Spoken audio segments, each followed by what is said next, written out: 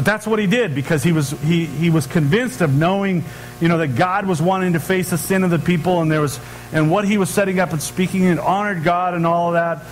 And so he was all over, being willing to speak that kind of bold and not fearing about it, which we often do.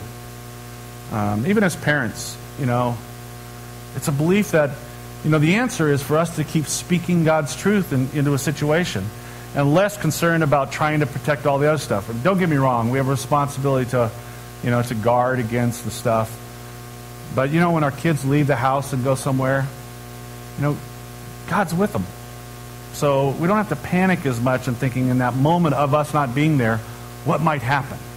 Because we have someone who is there. And that's the attitude Elijah has. I have a God who is the truth.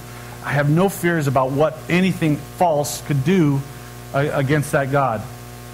And so Elijah goes on to the story then, and that's what they set up, and that's what they do. And he lets them go first, and they start doing their thing, trying to be able to call on the God of Baal to be able to answer him. And then they exhaust, And one of the other things I should say about this is you can tell that Elijah didn't want to also leave any out.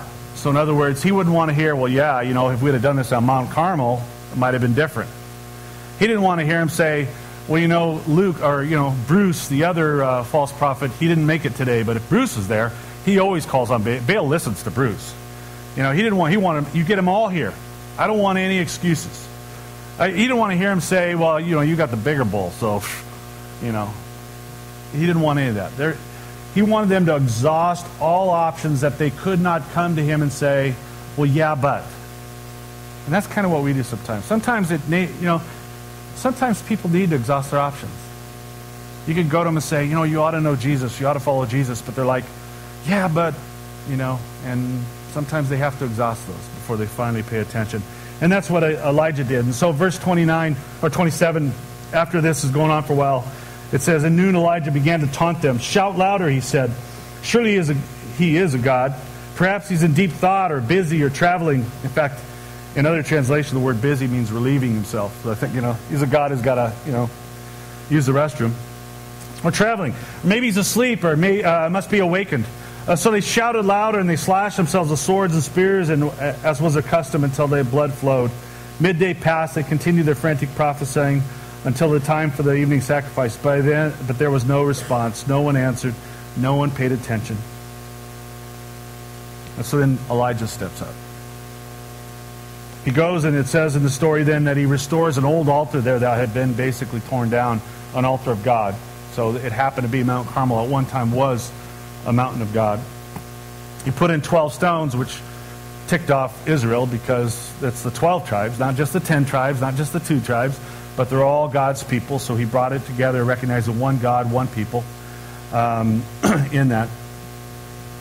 Excuse me. And then he even goes on to say, okay, now pour some water on it. Set it all up. Let's pour some water on it. Now pour some more water on it. Pour some more water. Just until it's flowing. Let's get that wood good and wet, so no one can say, spontaneous combustion, of course. There was no doubt that anybody would say this is going to happen. And then verse 36, this is what it says. "At the time of sacrifice, the prophet Elijah stepped forward and prayed, 'Lord, the God of Abraham, Isaac, and Israel, let it be known today that you are God in Israel, and that I am your servant, and have done all these things at your command. Answer me, Lord, answer me, so these people will know that you, Lord, are God, and that you are turning their hearts back again.' Then the fire of the Lord fell and burned up the sacrifice, the wood, the stones, and the soil, and also licked up the water in the trenches. When all the people saw this, they fell prostrate and cried, 'The Lord, He is God. The Lord, He is God.'" Can there be any doubt after that for those people? It's like, wow. Even in Elijah saying he does it to turn their hearts back is what God's doing. And the scene ends with Elijah then sitting on Mount Carmel praying with his head before his knees for the rain. And he sends someone to look for the rain. They don't see it. He prays again, like 7 times, if I recall. He sends them out. And finally they see the clouds coming. And it's a reminder that confession and obedience are steps to God's blessing. That to truly experience, to turn things around and receive the blessing of God, sin had to be confessed. and the people had to respond in obedience. He sent them out to kill all the false prophets. They had to clean the house and remove sin. And sometimes in our own life, it's about when we don't hear God, some of the dramatic part of it is there is sin in our life that needs to be confronted, and it has to be turned around. And if the story ended there, of course, it'd be an amazing story right there, and oftentimes that's the story that we tell. But to be honest with you, it's the story afterwards that always gets my attention. It certainly is the fire on the mountaintop is a big thing, but it's more than that. And so in verse 19 we read this: Now Ahab tells Jezebel everything Elijah had done, and how he had killed all the prophets by the sword. And so Jezebel sent a messenger to Elijah to say, May the gods deal with me, be it ever so severely, if by this time tomorrow I do not take your life like that of one of them. And Elijah was afraid and ran for his life. Is this the same guy who just called lightning, and fire? They were referring to lightning from heaven at his word, and it just, burned up that altar, and then only 24 hours later he's afraid and he's running. Sometimes it's a reminder to us that we can have those mountaintop experiences, but there's always a valley that comes behind it. And where I grew up, the high school, you'd go to high camp. It was a week camp, Christian camp, and it was like an intense, faith thing. You sang, you ate. It was like worship all the time, but cool for kids, And but by the end of that time, you're just pumped up. You want to solve the world's problems as a Christian. But then you'd kind of go back home and go to school and go to your everyday life. And a week later, you realize, oh wow, it was like it was an adrenaline rush, and then all of a sudden you feel this low point that kind of happens as a result of it. And sometimes when there's major breakthroughs that you say, wow, that was a God moment, it's almost, you can expect afterward a moment of doubt and things that have come on. It's a process that kind of happens out. And so the next lesson really that we learn from God showing up is that, walking in sight replaces faith with fear. That, in other words, when I say walking in sight, there's moments where we begin to focus back on our circumstances. Kind of like Peter when he was getting out of the boat in the story of Jesus out in the water, and he says, hey, come to me, and he gets out, he's walking on water. Isn't that cool?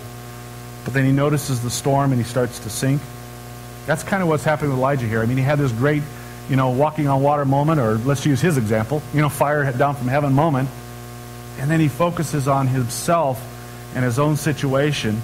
It could be the fatigue and the loneliness that kind of caught up on him, and it became his valley, and in that moment of self-focus, it robbed him of this power and the joy of faith that he had just only 24 hours before. And so he finds himself caught up in his own circumstance. And sometimes it's fear that gets us caught up in a circumstance. Sometimes it's a selfish ambition that can get us caught up in our own lives. Either way, when we get focused on in the sight of ourselves in our moment, it distorts us from being aware of the presence of God. And so Elijah gets to that moment, and he runs, it says here. And so he decides to go to Mount Horeb, which, by the way, is also known as, it's a series of mountains. It's a Horeb range. And this Mount Horeb, the highest one, is also known Mount Sinai. So what is Elijah figure he's doing? He's thinking, okay, God took off. He did his lightning thing, took off, and I need to go find him. So he takes off running. When I say running, he went 200 miles over 40 days. It was a slow run because he could have got there faster, they say. But anyway, it took 40 days. And he's thinking, I'm going to go back where God is. Mount Sinai, that's where God is. Sometimes in those moments where we feel like we've lost God, the lesson on that for me sometimes is you want to go recreate something in the past that maybe God showed up, and there's a lot of books for Christian churches about recreating things. Someone over here had a great moment with God, so let's recreate that here so we can have a great moment with God. And we want to look in somehow that we can kind of manufacture this moment and trying to be able to find God, and we look to things in the past of how God worked. And one of the lessons here is God doesn't live in the past. He lives in the present. He works within the present. And so in this moment, as he's running back to Mount Horeb, things happen. Verse 3 of chapter 19, it says, he came to a broom bush, sat down under it, and prayed that he might die. He was depressed, no doubt. I have had enough, Lord, he said. Take my life. I'm no better than my ancestors. And then he laid down under the tree and fell asleep. Imagine him laying there. Go ahead, take my life. Just take it. He's hoping he'll just die and not wake up. All at once, an angel touched him and said, get up and eat. He looked around, and there by his head was some bread baking over hot coals and a jar of water. He ate, drank, and then lay down again. And then the angel came back a second time, touched him and said, get up and eat, for the journey is too much for you. So he got up and ate and drank. This is God's answer to depression. Eat, exercise, rest. Maybe there's something to that.